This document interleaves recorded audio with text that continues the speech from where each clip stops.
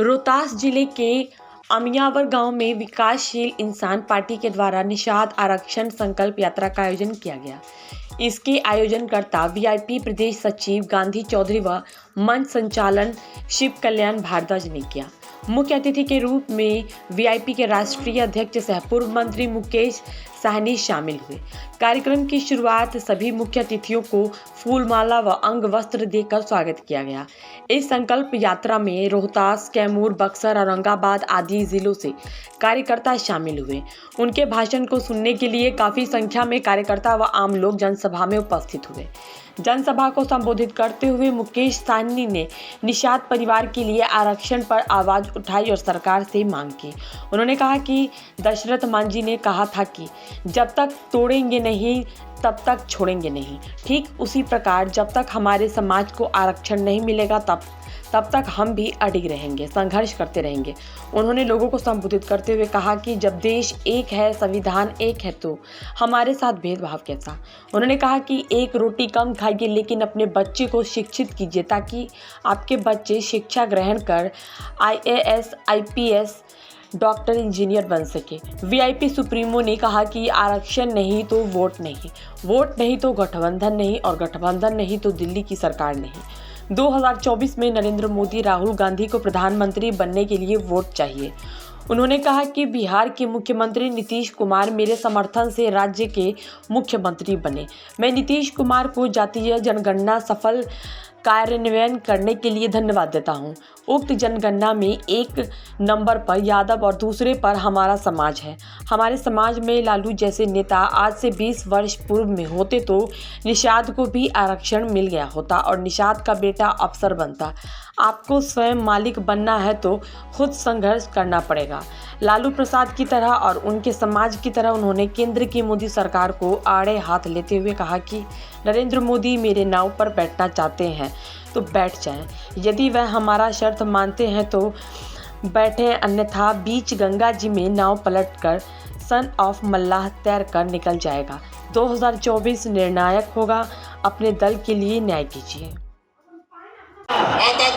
माता कमला अमर साहिब जुब्बा साहनी रंगना फूलन देवी और अपने पूर्वज को साक्षी मानकर हाथ में गंगा जल लेकर संकल्प करता हूँ कि अपने समाज और अपने आने वाला पीढ़ी के लिए हर परिस्थिति में संघर्ष करूंगा और अपने यूपी, बिहार, झारखंड में तीनों राज्य में निषाद आरक्षण संकल्प यात्रा लेकर आपके बीच में हम लोग घूम रहे हैं। पहला यात्रा जो था रथ यात्रा, उसके माध्यम से आपके पूरे यूपी, बिहार, झारखंड में मैंने 101 दिन का यात्रा किया।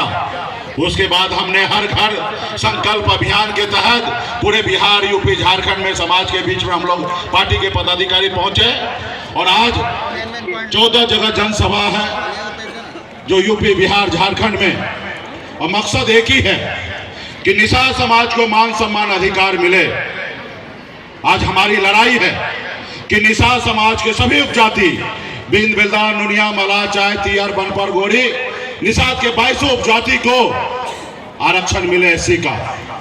हमारी लड़ाई है, हमारा मानना है कि जब देश एक है, देश के संविधान एक है, देश के प्रधानमंत्री एक है, देश के गृह मंत्री एक हैं, तो हमारे साथ भेदभाव क्यों हो रहा है। आज हमारे एक भाई को बंगाल में आरक्षण मिल रहा है एससी का, हमारे एक भाई को दिल्ली में आरक्षण मिल रहा है एससी का, लेकिन हमें बिहार में, उत्तर प्रदेश और झारखंड में नहीं मिल रहा है। साथियों, आप बताइए, पहले बिहार, बंगाल, उड़ीसा, झारखंड ये सब एक ही राज्य हुआ करता था।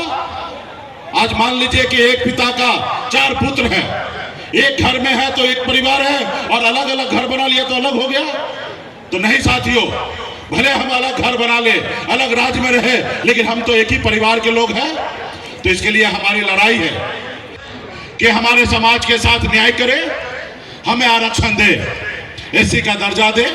इसके लिए हम लोग लड़ाई लड़ रहे हैं संकल्प यात्रा के माध्यम से। साथियों, इस आजाद भारत में अगर सर उठा के जीना है, मान सम्मान अधिकार के साथ जीना है, अगर आप चाहते हैं कि आपके बच्चे अच्छे जिंदगी जिए, तो इसके लिए सिर्फ दो काम करना है।